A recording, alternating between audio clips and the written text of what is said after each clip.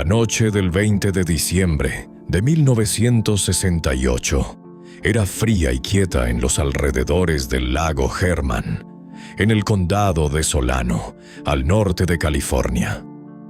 Las colinas onduladas que rodeaban aquel paraje tenían la quietud de un mundo que aún no sabía lo que le esperaba.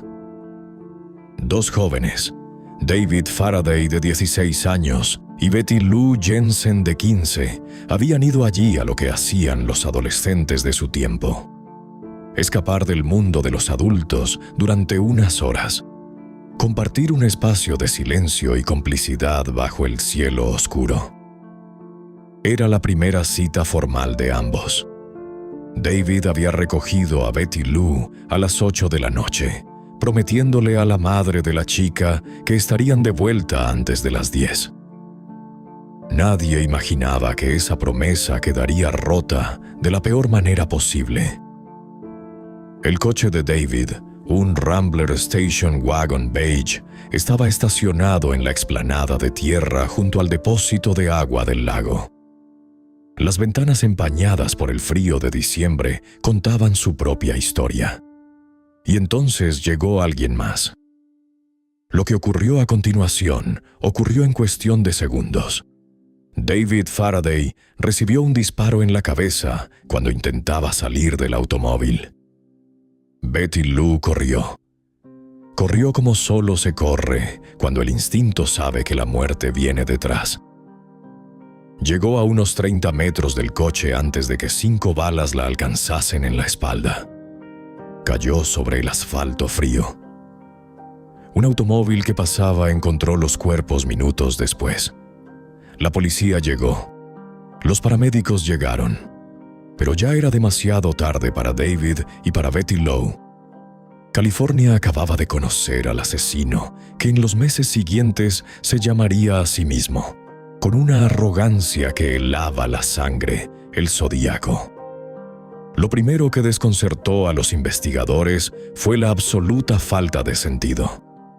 No había rastro de robo, de violencia sexual, de ningún tipo de motivación que pudiera rastrearse en los manuales de criminología de la época.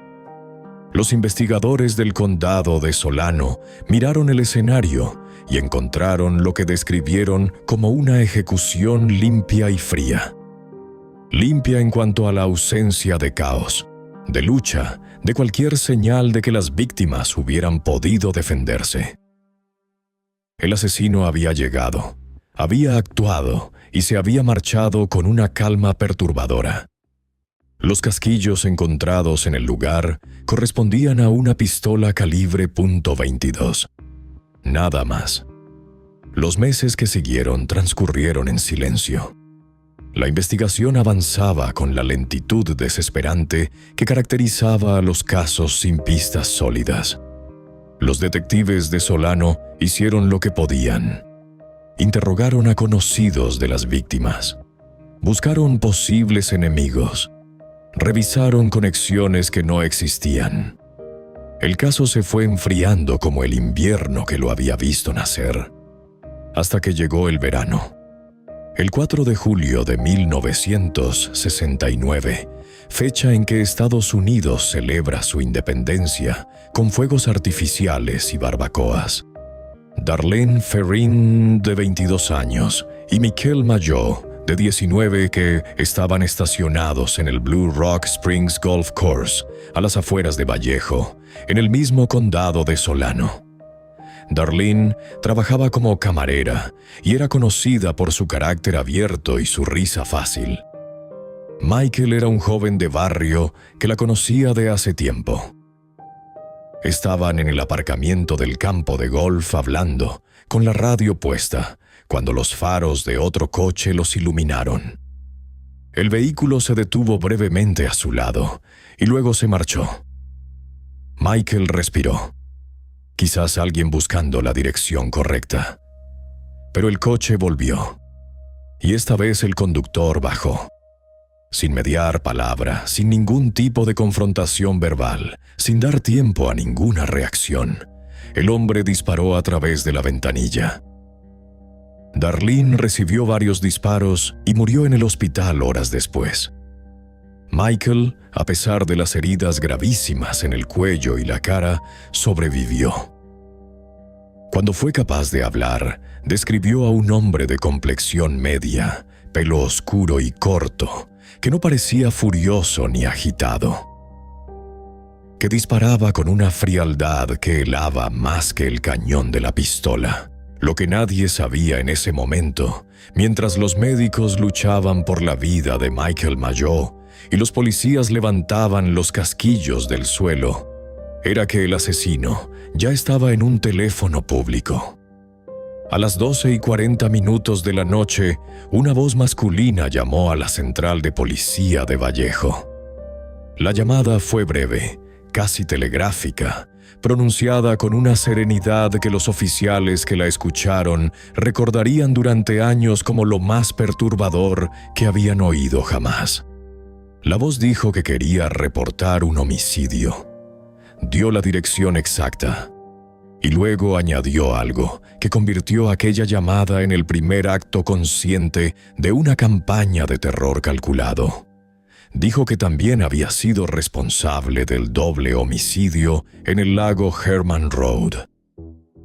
Se identificó a sí mismo con el crimen anterior. Lo reclamó como suyo con la naturalidad con la que alguien reporta el tiempo. Y colgó. La policía rastreó la llamada hasta una cabina telefónica a menos de 2 kilómetros del lugar del crimen. El asesino había estado allí, en esa cabina, con la sangre todavía fresca en la noche de verano californiana, y había llamado a la policía para asegurarse de que le dieran el crédito que sentía merecer. Era el primer indicio de algo que en los meses siguientes quedaría brutalmente claro. Este hombre no mataba por impulso. Mataba por un propósito que solo él conocía, y quería que el mundo lo supiera. El 1 de agosto de 1969, 3 periódicos de la Bahía de San Francisco recibieron cartas idénticas. Las enviaron al San Francisco Chronicle, al San Francisco Examiner y al Vallejo Times Herald. Cada carta incluía una tercera parte de un criptograma de 408 símbolos, el llamado 408, uno de los acertijos más infames de la historia criminal americana. El remitente exigía que los 3 periódicos publicaran el criptograma en sus primeras páginas, o de lo contrario, amenazaba, saldría ese fin de semana a matar a una docena de personas más, recorriendo las calles solitarias. La amenaza era directa y terrible. La lógica era la de alguien que sabía exactamente lo que hacía y disfrutaba de ello con una lucidez que resultaba más aterradora que cualquier comportamiento errático. Los 3 periódicos publicaron las cartas y los criptogramas, y la cacería de un enigma comenzó. El criptograma del zodíaco tenía 408 caracteres, compuestos de letras del alfabeto, símbolos griegos, marcas de puntería, signos astronómicos y otras figuras que no pertenecían a ningún sistema conocido. Los expertos en criptografía del FBI lo examinaron. Los analistas de la Agencia de Seguridad Nacional lo estudiaron. Nadie pudo resolverlo durante los primeros días. Fueron finalmente un maestro de escuela de Salinas, llamado Donald Harden, y su esposa Betty, quienes lo descifraron en apenas una semana, aplicando técnicas básicas de análisis de frecuencia, y la hipótesis de que el asesino era tan vanidoso que probablemente comenzara el mensaje con la palabra "y", el yo en inglés. Tenían razón. El mensaje descifrado decía, entre otras cosas, «Me gusta matar porque es tan divertido». Es más divertido que matar animales del bosque porque el hombre es el animal más peligroso de todos. Matar le da a uno la emoción más fuerte, incluso mejor que conseguir el coito con una chica. La mejor parte de ello es que cuando muero me reencarnaré en el paraíso. y todos aquellos a quienes he matado serán mis esclavos. No les daré mis nombres, porque intentarán frenarme o detenerme en mi colección de esclavos para la otra vida. Era la ventana al interior de una mente que funcionaba según una lógica propia, distorsionada, autocomplaciente. Un hombre que creía estar construyendo un ejército para la eternidad con cada disparo. Pero el asesino no quedó satisfecho con el criptograma. El 4 de agosto de 1969, 4 días después de que los periódicos publicaran las cartas, el Chronicle recibió una nueva misiva. Esta carta comenzaba de una manera que cortaba la respiración. Querido editor, este soy yo. Y luego, por primera vez, usó el nombre, Zodíaco. Se bautizó a sí mismo con el nombre de un sistema de signos celestes, como si su identidad fuera algo escrito en las estrellas antes de que naciera. Como si la violencia que ejercía sobre sus víctimas fuera parte de un orden cósmico que solo él podía leer. El nombre era perfecto en su arrogancia. Grandioso, antiguo, imposible de ignorar. Y con ese nombre comenzó una de las persecuciones más largas y frustrantes de la historia del crimen en Estados Unidos. El 27 de septiembre de 1969, el Zodíaco atacó de nuevo. Esta vez eligió el lago Berryessa, en el condado de Napa, un lugar de recreo conocido por los picnics dominicales y las familias en barca. Brian Hartnell, de 20 años, y Cecelia Ann Shepard, de 22, estaban tendidos en una manta junto al lago, cuando se acercó un hombre con una capucha negra que le llegaba a la cintura. La capucha tenía un cuadrado blanco en el pecho con un símbolo dibujado en él, una cruz dentro de un círculo. El símbolo del zodíaco. El hombre habló. Dijo que era un fugitivo escapado de prisión en Montana, que necesitaba dinero y que robaría el coche de Brian para cruzar a México. Sonaba casi convincente. Luego les pidió que se ataran el uno al otro. Les dio cuerdas. Los instruyó con una calma clínica. Brian, intentando ganar tiempo, obedeció. Cuando ambos estuvieron atados, el hombre se agachó junto a ellos y comenzó a apuñalarlos con meticulosa frialdad. Brian recibió 6 puñaladas, Cecelia 12. El asesino se puso de pie, caminó hasta el coche de Brian, sacó un rotulador y escribió en la puerta del vehículo las fechas de sus ataques anteriores, la fecha de ese día y la puntuación que llevaba como si fuera un marcador deportivo. Víctimas del lago Herman, víctimas de Blue Rock Springs y al final, Berryessa, 27 de septiembre de 1969, 6:30 de la tarde, 2. Cecelia Shepard murió 2 días después en el hospital.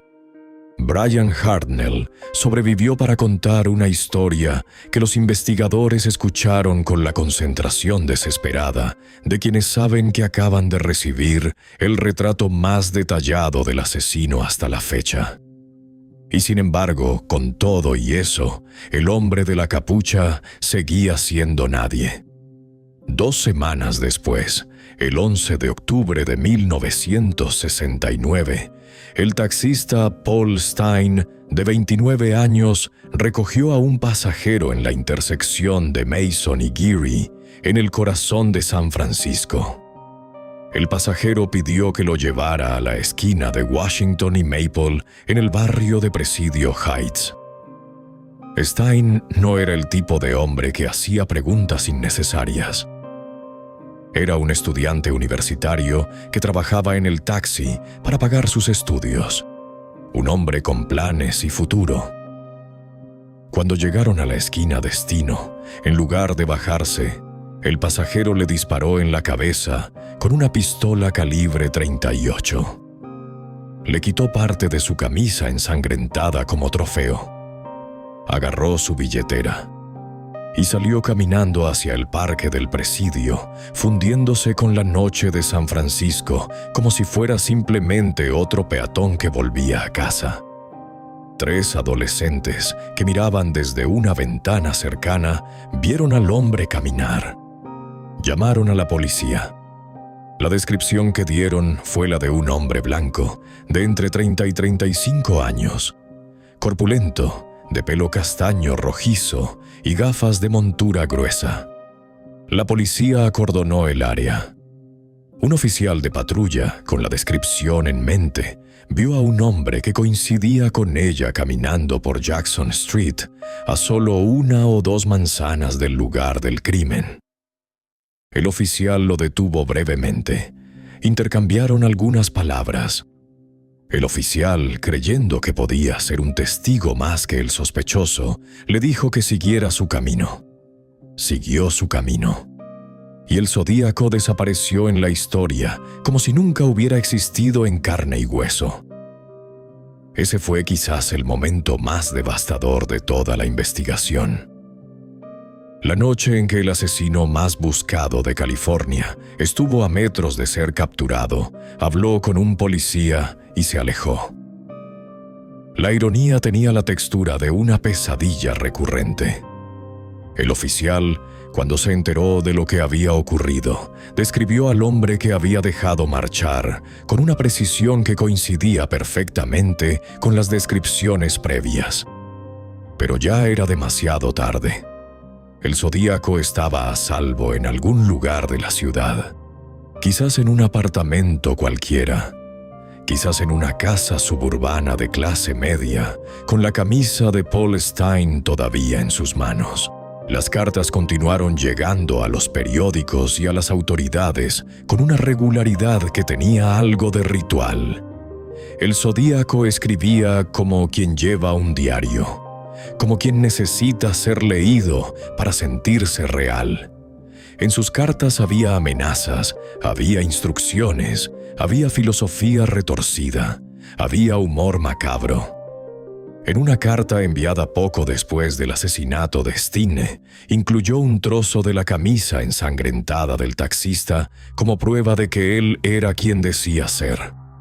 La camisa fue enviada a los laboratorios. El análisis de sangre coincidió. Era real. Todo era terriblemente real. En otra carta desafió a la policía a detenerle. «La policía no me agarrará nunca», escribió, con la seguridad de alguien que conoce el sistema desde adentro o que simplemente ha llegado a creerse invencible. Más adelante, en el otoño de 1969, envió al Chronicle una carta que incluía una nueva amenaza específica. Dijo que haría explotar un autobús escolar con una bomba artesanal. Describió el mecanismo con un nivel de detalle que hizo palidecer a los técnicos de artificio. Afortunadamente, la amenaza nunca se materializó. Pero el miedo que generó fue real. Durante semanas, los padres de San Francisco y las comunidades del área de la bahía miraron los autobuses escolares con un terror nuevo, un terror específico, un terror que tenía nombre de estrella y símbolo de cruz. El periodista Paul Avery, del San Francisco Chronicle, se convirtió en uno de los principales receptores de la atención del zodíaco. En octubre de 1970, el asesino le envió una tarjeta de Halloween a Avery directamente, advirtiéndole que sería su próxima víctima. La amenaza tuvo un efecto no previsto. Avery se convirtió temporalmente en una especie de figura pública que llevaba consigo una pistola y recibía la protección de colegas y conocidos. Sus compañeros del Chronicle empezaron a usar chapas que decían «Yo no soy Paul Avery», como gesto de solidaridad oscuramente humorística. Avery siguió investigando. El zodíaco nunca cumplió esa amenaza particular, pero la demostración de que podía apuntar a individuos específicos, personas con nombre, cara y dirección conocida, elevó el terror a una categoría diferente. Ya no era solo un peligro difuso en la noche, Era una amenaza personalizada, selectiva, capaz de llegar a cualquiera.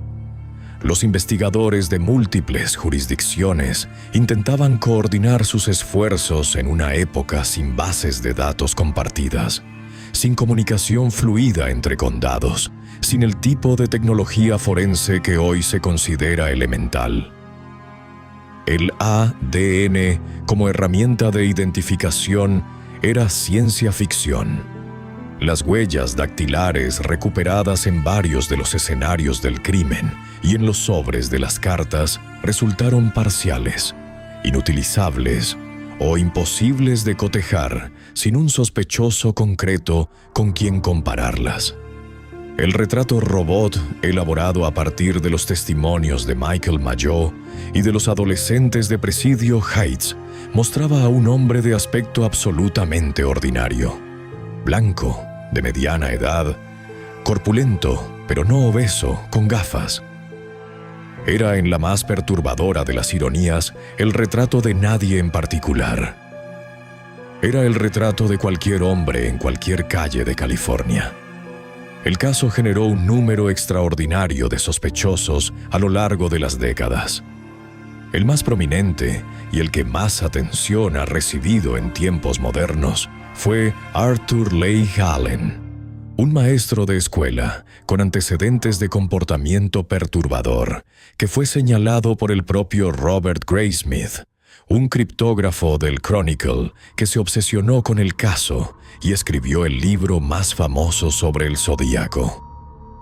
Allen tenía características que coincidían con algunos aspectos del caso. Usaba un reloj de marca Zodiac, una coincidencia que los investigadores consideraron significativa. Había sido expulsado de la escuela donde trabajaba por abuso, vivía en el área de la bahía y tenía amigos que lo señalaron como sospechoso en años posteriores. Las autoridades lo investigaron en múltiples ocasiones. Registraron su casa en Vallejo. Encontraron materiales perturbadores, pero nada concluyente. Cuando finalmente fue posible comparar el ADN de Allen con el ADN recuperado de los sobres de las cartas del zodíaco, el resultado fue negativo. Allen murió de un ataque al corazón en 1992, sin ser acusado formalmente de ninguno de los crímenes del zodíaco. Si era culpable, se llevó el secreto. Si era inocente, fue un hombre que pasó décadas bajo la sombra de una sospecha que nunca pudo sacudirse del todo. Hubo otros nombres. Richard Gaikowski, un periodista alternativo. Lawrence Kane, un hombre que vivía cerca de varios de los escenarios de los crímenes. Ross Sullivan, un bibliotecario con un comportamiento errático documentado. Incluso Ted Kaczynski, el Unabomber, fue considerado brevemente por algunos investigadores aficionados. Ninguna de estas pistas condujo a ningún arresto. La investigación acumuló miles de páginas de informes, docenas de sospechosos entrevistados, cientos de cartas anónimas de ciudadanos que creían haber identificado al asesino. Toda esa masa documental no produjo ni un solo nombre con nombre y pruebas al mismo tiempo. El zodíaco seguía siendo, en el sentido más literal, nadie. En 1969, en los meses más activos del asesino, San Francisco y el área de la bahía vivieron un estado de angustia que se instaló en la vida cotidiana con la precisión de un veneno de acción lenta. Las parejas dejaron de estacionarse en lugares apartados. Los taxistas empezaron a mirar a sus pasajeros con una desconfianza nueva. Los periódicos vendían más que nunca, empujados por la sed de noticias y la necesidad de comprender algo que se resistía a toda comprensión. Los canales de televisión locales cubrían cada nuevo desarrollo con la urgencia de los tiempos en guerra. Los niños oyeron el nombre del zodíaco en conversaciones de adultos y lo tradujeron a pesadillas. Había algo en la naturaleza de este asesino que trascendía la violencia concreta de sus actos. Era la idea de que existía entre la gente normal, que compraba en los mismos supermercados, que quizás leía el mismo periódico que dejaba en el buzón del inspector de policía que lo buscaba.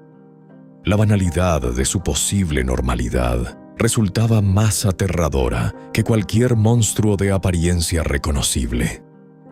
El Zodíaco envió su última carta, razonablemente verificada, en enero de 1974, con una referencia al filme El Exorcista. En esa carta, el tono había cambiado ligeramente. Había algo que parecía aburrimiento, o quizás agotamiento, como si incluso el juego más perverso terminara por cansar al jugador. O quizás el asesino había encontrado razones propias para detenerse. O quizás simplemente había muerto, o había enfermado, o había sido encarcelado por algún otro delito sin que nadie conectara los puntos. Las teorías son infinitas, porque la respuesta definitiva sigue siendo desconocida.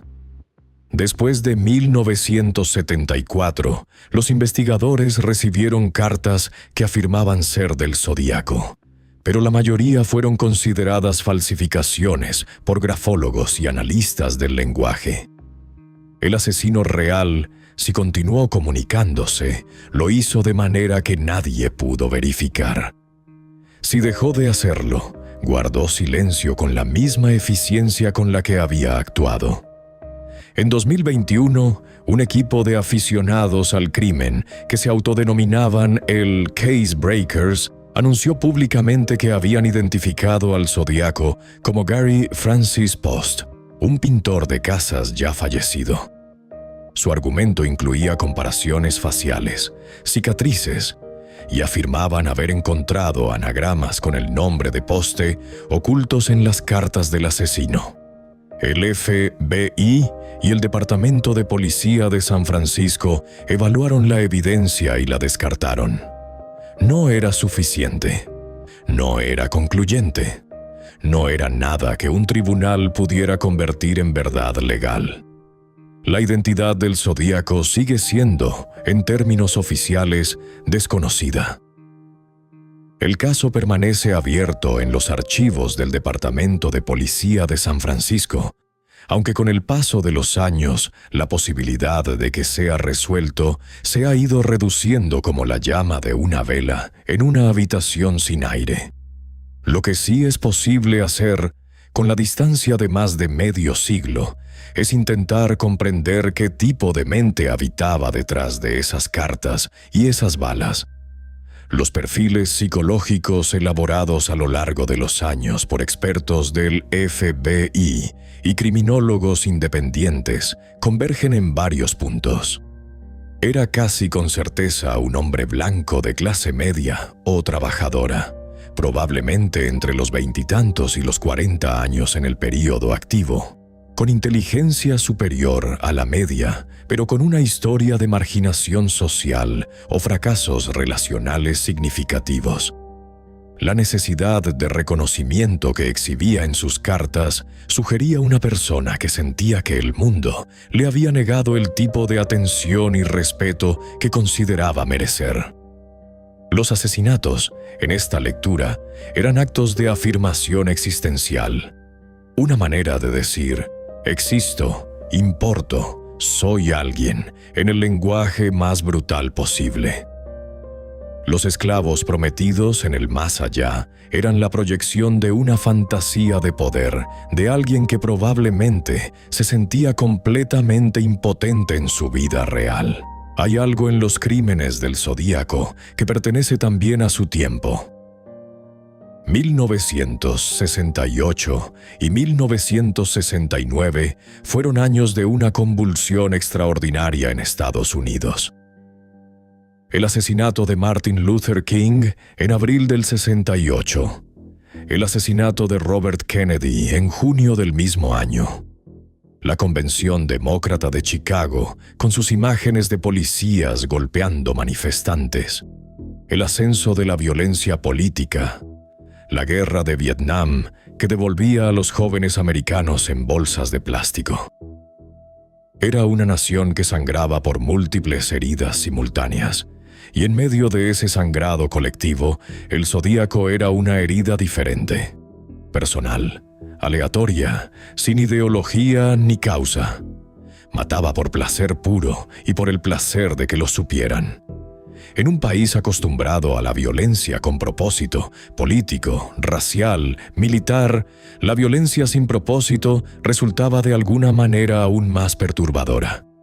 No podías negociar con ella, no podías entenderla, no podías prevenirla con ninguna medida política o social. Era simplemente el mal en estado puro, disfrazado de vecino. Las víctimas confirmadas del Zodíaco son 5.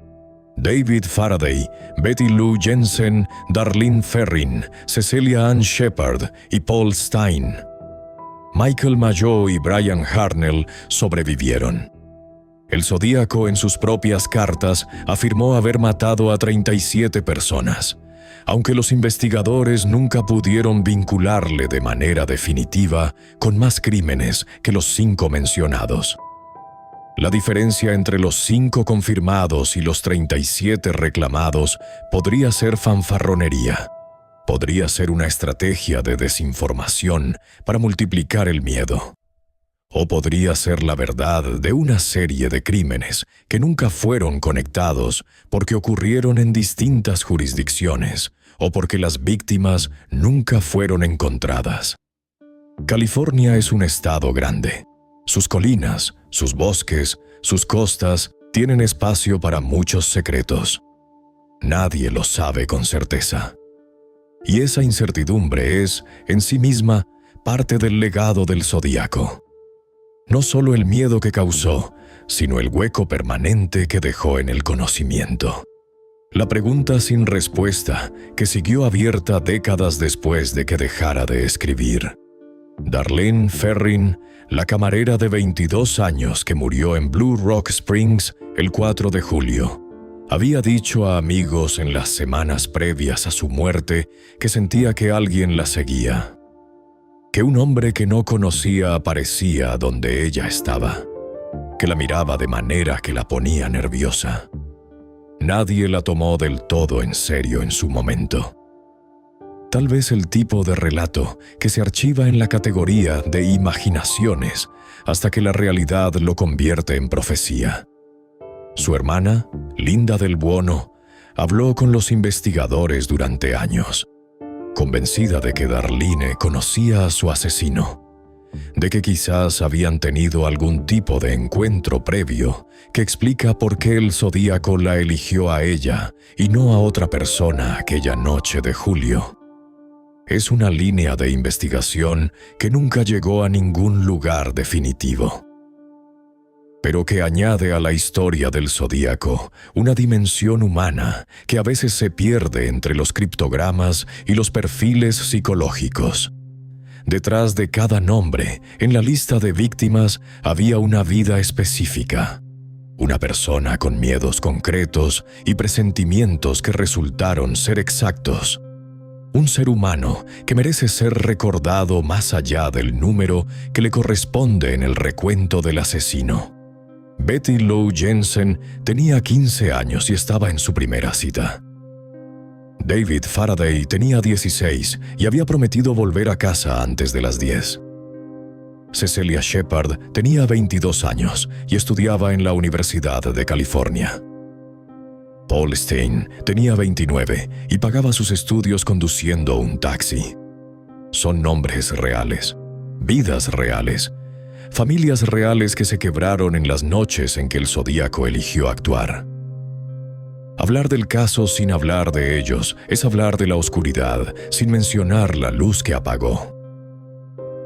El impacto cultural del Zodíaco en las décadas siguientes fue enorme y de naturaleza ambigua.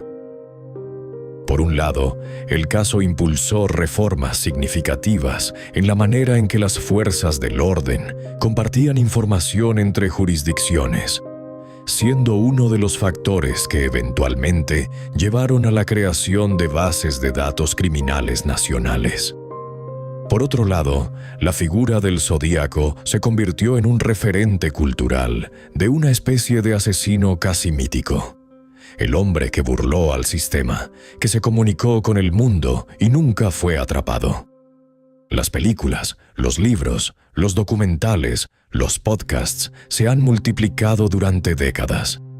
La película de David Fincher del año 2007, con Jake Gyllenhaal y Robert Downey Jr., llevó el caso a una nueva generación con una fidelidad documental notable. El nombre del zodíaco entró en el lenguaje popular como sinónimo de enigma insoluble, de monstruo sin cara, de mal sin origen conocido. Es el tipo de notoriedad que el asesino parecía buscar con cada carta, con cada símbolo garabateado en una puerta de automóvil. En cierto y terrible sentido, lo consiguió. Hay algo filosóficamente inquietante en la perdurabilidad del misterio. En la mayoría de los crímenes célebres de la historia, el tiempo eventual trae algún tipo de resolución. El asesino es identificado, juzgado, condenado o muere llevando su secreto, pero dejando suficientes pistas para que la historia llegue a sus propias conclusiones. El caso del zodíaco resiste esa lógica. No hay resolución. No hay cierre. Hay solo una serie de hechos terribles conectados por cartas y criptogramas y el símbolo de una cruz dentro de un círculo que podría significar 1000 cosas, ninguna de las cuales conduce a ningún lugar definitivo. El misterio no es un defecto de la narración, sino su estado natural. El zodíaco es un caso que existe en el reino de lo no resuelto de manera permanente. Y esa permanencia tiene algo de obsceno, algo que viola la expectativa básica de que las historias tienen final. Robert Graysmith pasó más de una década investigando el caso de manera obsesiva, al punto de que su matrimonio se deshizo y su vida personal quedó reducida a una pila de archivos, recortes de periódico y conexiones que él veía con total claridad y que las autoridades se negaban a validar.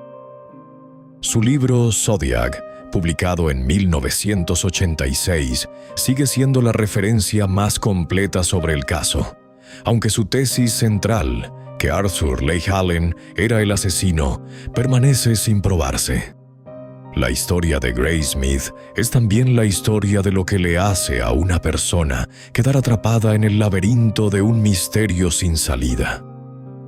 Pierde el hilo entre la obsesión legítima y la paranoia productiva, entre la investigación rigorosa y la necesidad de que la historia tenga un villano identificado, porque de lo contrario, el caos resulta insoportable.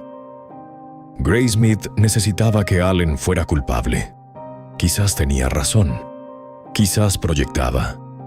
El caso no le ofreció la certeza que buscaba y que necesitaba. En los últimos años, los avances en tecnología forense han reabierto periódicamente la esperanza de una resolución. En 2002, cuando el análisis de ADN se convirtió en una herramienta rutinaria de investigación, el Departamento de Policía de San Francisco extrajo ADN de los sellos de los sobres de las cartas del zodíaco. El perfil genético resultante no coincidió con Arthur Leigh Allen. Tampoco ha coincidido, hasta donde se sabe públicamente, con ningún otro sospechoso. La ciencia que debería haber cerrado el caso lo dejó igual de abierto, solo que con una capa adicional de certeza negativa. Sabemos que Allen no era el zodíaco, aunque no sabemos quién sí lo era. En 2018, una revisión de la evidencia con técnicas más modernas produjo nuevos resultados que tampoco fueron concluyentes. El ADN apunta a alguien que podría estar muerto hace décadas, que podría no tener ningún familiar vivo con quien comparar el perfil genético, que podría pertenecer a un hombre cuya huella biológica se ha desvanecido junto con su identidad. El segundo criptograma del zodíaco, el llamado Z340, permaneció sin descifrar durante 51 años. Era una de las grandes vergüenzas intelectuales del caso.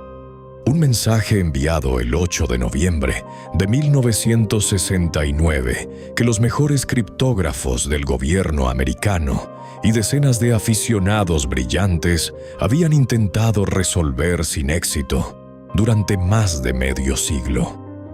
Luego, en diciembre de 2020, un equipo de 3 personas, un programador de software americano llamado David Oranchak, un matemático australiano y un especialista en criptografía belga, anunció haberlo descifrado usando un algoritmo computacional que buscaba permutaciones hasta encontrar patrones de lenguaje reconocibles. El mensaje descifrado decía, en parte, «Espero que estés tratando de atraparme porque no lo estás logrando. He comido a mucha gente porque no me tienen miedo. No me importa la cámara de gas, porque me mandará directo al paraíso lo suficientemente pronto, porque yo ahora tengo suficientes esclavos trabajando para mí». El FBI verificó el descifrado. Era auténtico. Era el zodíaco, hablando desde 1969, con toda su vanidad y su horror intactos, 51 años después de haberlo escrito.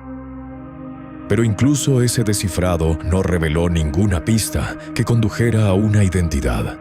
La voz sin cuerpo seguía siendo una voz sin cuerpo. El tercer criptograma, el Z13, sigue sin resolverse hasta hoy. Consta de solo 13 caracteres. La brevedad que lo hace parecer simple es engañosa. Un mensaje tan corto tiene suficiente ambigüedad para admitir docenas de interpretaciones. Algunos creen que contiene el nombre del asesino. Otros piensan que es un código de localización geográfica. Otros sospechan que simplemente es un sinsentido deliberado, una trampa final tendida a los cazadores de acertijos para que inviertan años en algo que no lleva a ningún lado. Es la última broma de un hombre que consideraba la investigación un juego en el que él llevaba ventaja permanente. Las noches de invierno en el lago Herman Road son hoy más o menos lo que eran en 1968. Frías, silenciosas, con el cielo estrellado reflejándose en el agua quieta. Los jóvenes ya no se estacionan allí de la misma manera. La memoria colectiva de lo que ocurrió aquella noche de diciembre ha marcado el lugar con una señal invisible pero potente. Quien va allí sabe dónde está yendo. El lago Berryessa recibe visitantes durante el verano como siempre. Las familias extienden sus mantas sobre el mismo terreno donde Cecelia Shepard y Brian Hartnell extendieron la suya. La geografía del crimen y la geografía de la vida cotidiana se superponen porque no hay otra manera de que las cosas sigan funcionando. La vida tiene que continuar en los mismos lugares donde la muerte interrumpió otras vidas, o de lo contrario, no hay suelo firme donde pararse. Hay una pregunta que persiste por encima de todas las demás en el caso del zodíaco, y es la más simple y la más imposible de responder. ¿Por qué? No en el sentido psicológico, que ya tiene sus respuestas parciales, sus teorías, sus perfiles, sino en el sentido más fundamental. ¿Por qué a ellos? ¿Por qué esas 5 personas y no otras? ¿Qué giro específico del azar colocó a David Faraday y Betty Lou Jensen en esa explanada de tierra aquella noche en lugar de en cualquier otro lugar? La aleatoriedad del crimen del zodíaco, la manera en que sus víctimas parecen haber sido elegidas por el simple hecho de estar en el lugar equivocado en el momento equivocado, parejas aparcadas, una camarera con su amigo, un taxista haciendo su trabajo. Es quizás el elemento más perturbador de todos. La violencia con lógica, por terrible que sea, ofrece una especie de consuelo perverso. Si conoces la lógica, puedes intentar evitarla. La violencia sin lógica te enfrenta a la realidad de que ningún comportamiento, ninguna precaución, ningún mapa de rutas seguras puede protegerte completamente de una amenaza que no tiene patrón. Las investigaciones sobre el Zodíaco han implicado a múltiples departamentos de policía a lo largo de las décadas. Solano, Napa, San Francisco, el FBI. Cada nuevo sheriff, cada nuevo director de la unidad de crímenes sin resolver, llega con renovado entusiasmo y la promesa de que esta vez, con las nuevas herramientas disponibles, se encontrará la respuesta. Y cada uno termina su mandato o su participación en el caso con la misma expresión que sus predecesores. La expresión de quien ha empujado contra un muro que no cede. El caso tiene la cualidad de una habitación sin salida. Por mucho que examines las paredes, el suelo, el techo, siempre encuentras una superficie sólida donde esperabas encontrar una puerta. En los subterráneos del Internet contemporáneo, comunidades de aficionados dedican miles de horas a analizar las cartas del Zodíaco, comparar caligrafías, buscar anagramas, proponer sospechosos que van desde lo plausible hasta lo absurdo. Es una forma de fascinación que tiene algo de arqueología y algo de adicción. La promesa de que quizás con una mirada más, con un ángulo diferente, con una conexión que nadie había visto antes, todo encajará de repente con la satisfacción de un rompecabezas completado. Esa promesa nunca se cumple, pero la esperanza de que se cumpla es suficiente para mantener viva la investigación amateur que corre paralela a la investigación oficial, año tras año, década tras década, como dos ríos que fluyen en la misma dirección sin llegar nunca al mismo mar.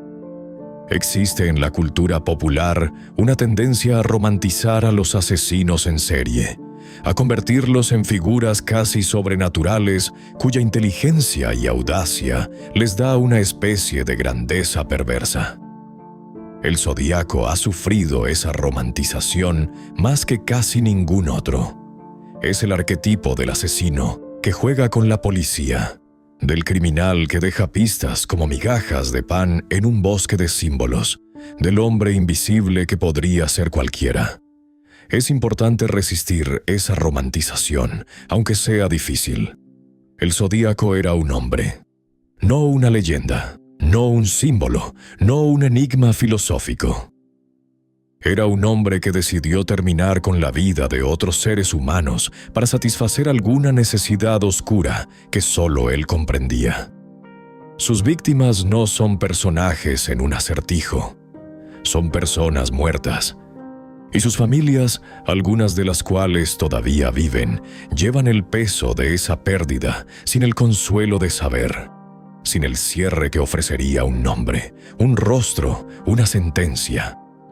La noche del 20 de diciembre de 1968 era fría y quieta en los alrededores del lago Herman. La noche del 11 de octubre de 1969 era tibia en Presidio Heights, con las luces de la ciudad reflejándose en el pavimento húmedo. Entre esas dos noches y las otras noches del Zodíaco, 5 personas fueron arrancadas del mundo. Un hombre sin nombre caminó entre ellas con una frialdad que la distancia del tiempo no ha logrado suavizar. Y luego desapareció en la oscuridad de California, como si la tierra misma lo hubiera absorbido. El símbolo del Zodíaco, la cruz dentro del círculo, era el mismo símbolo usado en los años 60 para marcar la mira telescópica de un arma de fuego. Una mira apuntando al mundo desde dentro de un círculo que no tiene principio ni fin. Es difícil imaginar que esa elección fue accidental.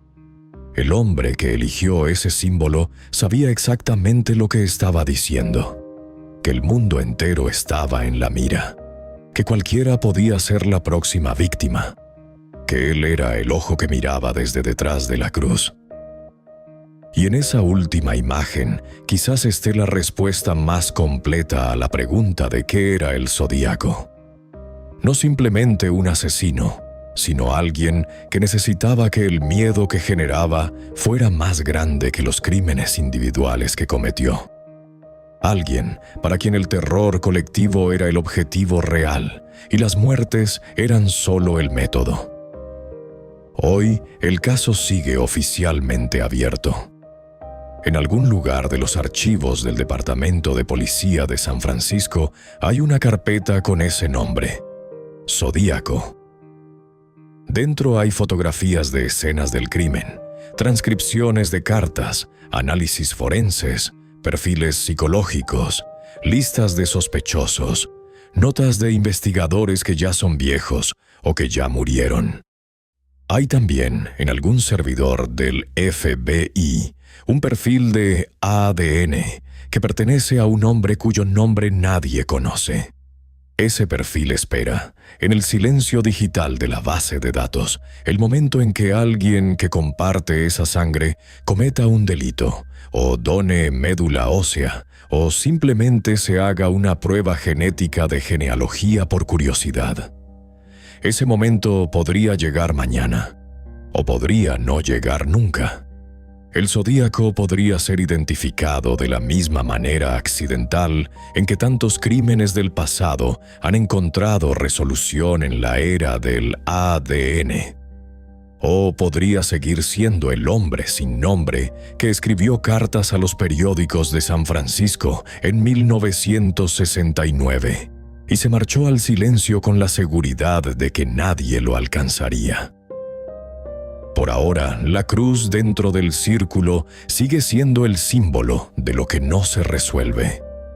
El asesino del Zodíaco sigue siendo, después de más de medio siglo, el hombre que mató.